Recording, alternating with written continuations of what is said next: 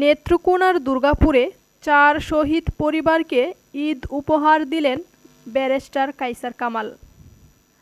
বৈষম্যবিরোধী ছাত্র আন্দোলনে শহীদ হওয়া নেত্রকোনার দুর্গাপুরের ৪ শহীদ পরিবারকে ঈদ উপহার দিলেন কেন্দ্রীয় বিএনপির আইন বিষয়ক সম্পাদক ব্যারিস্টার কায়সার কামাল।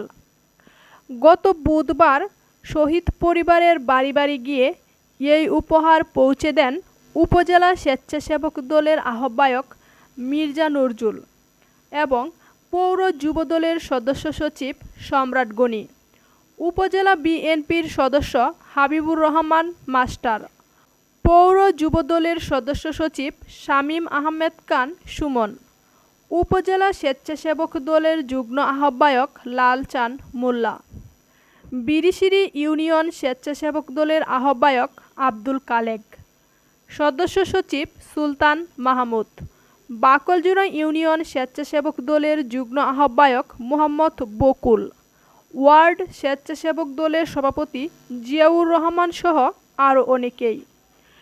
ঈদ উপহারের মধ্যে ছিল প্রতিটি শহীদ পরিবারের সকল সদস্যদের জন্য জামা কাপড়, কুরবানির জন্য একটি কাশি, 50 কেজি চাল, 5 লিটার সয়াবিন তেল, পেঁয়াজ, রসুন, হলুদ, মরিচ, ধনিয়া, আদা, চিনি, সেমাই, নুডলস, দুধের প্যাকেট, লবণ সহ আরও অনেক কিছু।